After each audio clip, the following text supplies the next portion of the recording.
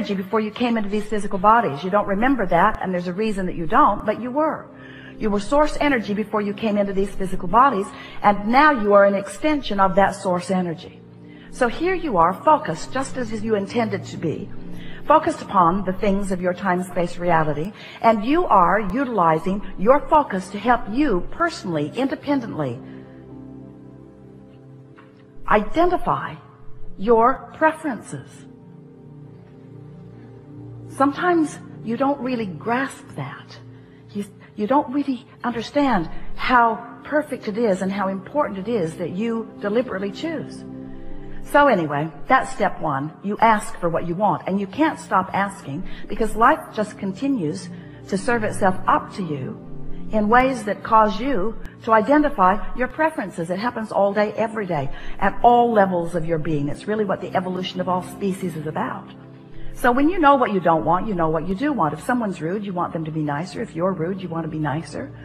If you're unhappy, you want to be happier. If something's gone wrong, you want it to go right. In other words, if you don't have enough of something you want more of it. It's a very simple equation, not hard for you to figure it out, and you're doing it all day, every day. But what you may not know is that every time, whether you speak it out loud or not, something happens like that, you are launching these vibrational preferences. And the larger part of you is aware of the preference that you have launched and becomes it, because your inner being is unconditional. Your inner being rides the rocket of your desire. When you say, I prefer something, your inner being doesn't say, well, there aren't that many of them going around. Your inner being doesn't say, well, that's risky business and it's unlikely. Your inner being doesn't say, you don't have the education for that, or the money for that, or the background for that. When you launch a rocket, a request, a preference, a desire, your inner being becomes a vibrational match to it immediately. And because you are an extension of that inner being who has become a match to it, now you hold the potential of splitting your energy if you don't become a match to it too. You see how it works? When you say, I want that, the source within you says, done. We're there. We've got it. We're a vibrational match to it. Because everything that manifests is first a vibrational frequency. And the source within you will give you this, can more easily match your desires because in the energy stream, it is immediate. In your manifestational world, you've got some bugs to work out of your vibrational frequency. Source doesn't have to work those bugs out because Source already believes in you. Source already knows your value. Source already knows your worthiness. Source remembers why you came and who you are. So when you launch a rocket about something that you would like more of, Source is right there in that frequency. And in fact, the only reason that any of you ever feel any slight or strong negative emotion is because Source finds the frequency, the fullness of the desire that you have launched, and when you don't, there's vibrational discord between you and Source. Does that make sense to you? The only reason, if there were ever a way for you to understand that Source exists, it must be in your emotional awareness. Because if there were not someone keenly interested in you and holding a vibrational frequency about you, then you could think anything you want and you would feel no vibrational variance. That's something really to think about. When you feel negative emotion, it always means the same thing. You've got a different opinion about this than Source has about this, and that's something else we really want you to hear. Source does have an opinion about this, and this, and this, and this. Now. Source adores you. When you're mad at yourself, you've got a split going on. There's a gap widening. Source adores the people of this planet. When you carve out a section of them and hate them, you've got a rift going on between you and Source. You will never be able to be in alignment with Source when you hold hate in your heart because of some condition that you can't control. As you get to know Source better, through your awareness of what it feels like to be in alignment, you can learn in a matter of days how Source feels about everything that is active on your planet today. You can just give it the emotional test. When you think a thought and you feel love, you can know Source is in agreement with this thought. And when you think a thought and you feel fear, you can know Source is not anything close to an agreement on this thought. So once you get clear about what this emotional guidance system is, then you can get on with what you've come to get on about. Then you can be the deliberate creator. You can be or do or have anything that you choose, because you've got this backup. So step one is contrast helps you to define what you want. You do it all day, every day. And step two is source becomes it vibrationally immediately. Wrote a whole book about that called Ask and It Is Given, and that's what it was about. That when you ask, source becomes the vibrational equivalent of it. The energy that creates worlds. Imagine that. The energy that creates worlds. The vibrational equivalent to your desires.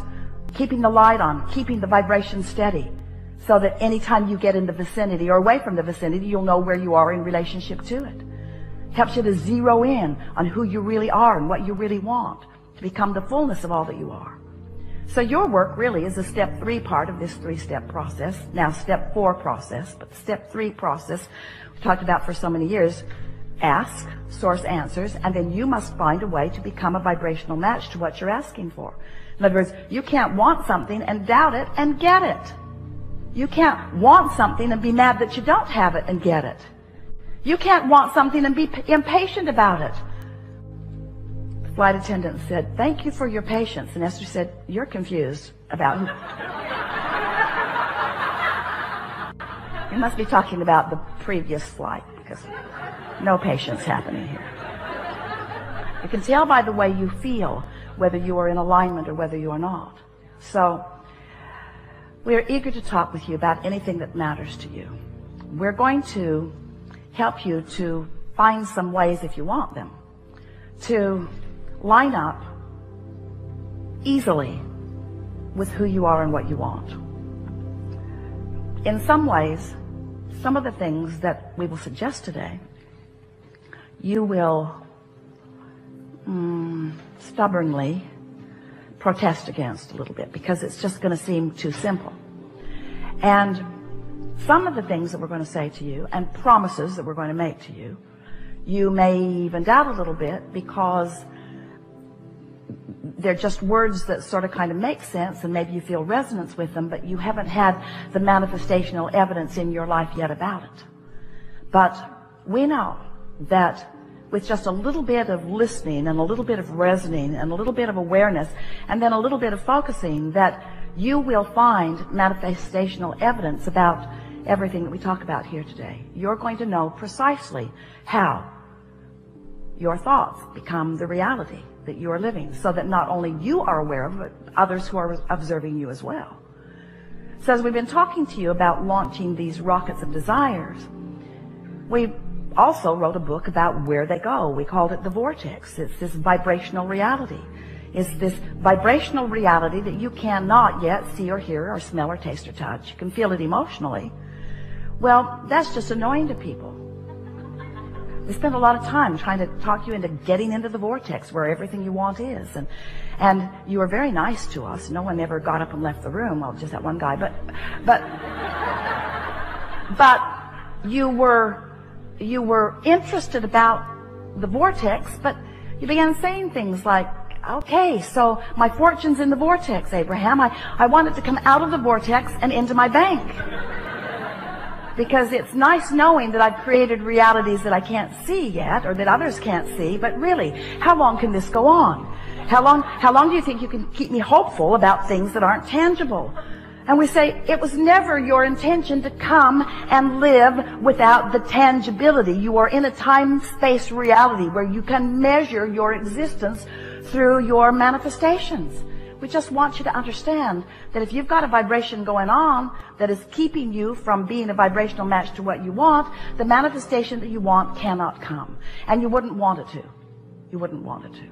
So then we began talking to you about, so here's all of this vibrational reality, and you're going, yeah, we accept it, get on with it. How do I get it into my reality where I can see it, where others can see it? And so we began talking about your point of attraction. For a while we called it a grid. It's your point of attraction. It's like the framework of who you are, looking for different ways to help you feel the reality of your point of attraction. Your point of attraction, where you stand. And mostly it's about how you feel right now.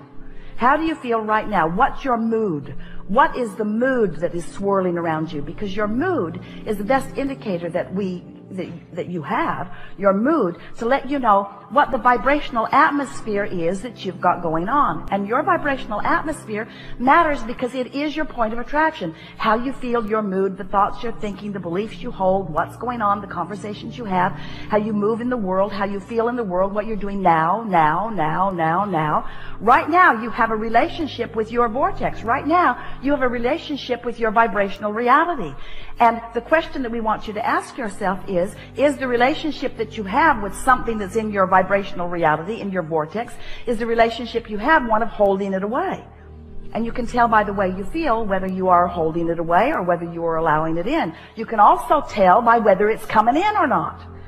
In other words, we're not asking you to just hold yourself in this emotional state of being and just take our word for it. What we're saying to you is take our word for it, hold yourself in the emotional state of being, and watch the evidence move from your vibrational reality into your reality. Until before long, you will have such confidence in your ability to manifest anything that you desire, because you will have discovered what kinds of things you've been doing that have been preventing the things that you want from coming easily. And we can tell you in a very succinct, nutshell kind of a sentence what it mostly is.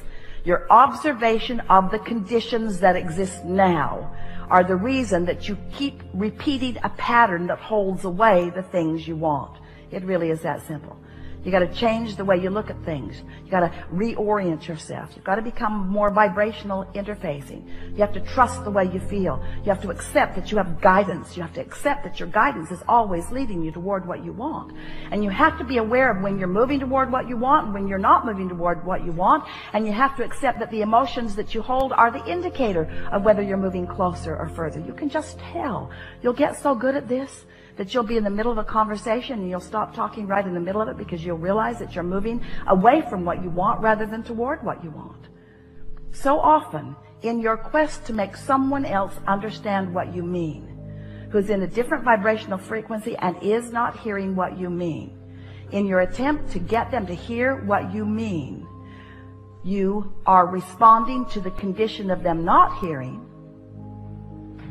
So you are basing what you are saying based upon what they are not hearing, and then you join them in their frequency rather than maintaining yours, and then instead of them hearing what you mean, you hear what they mean, and nothing changes. Oh, you got that, didn't you?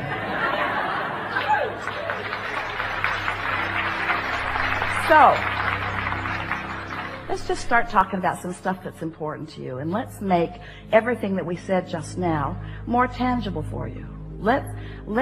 We want you to feel your thoughts becoming manifested. We want you to feel the movement of the vibration into awareness, into emotion, and then into see it, hear it, smell it, taste it, touch it, tangible, manifested stuff, just like you intended.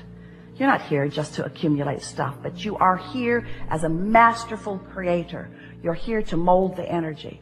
And how your life is playing out is evidence of how you're doing.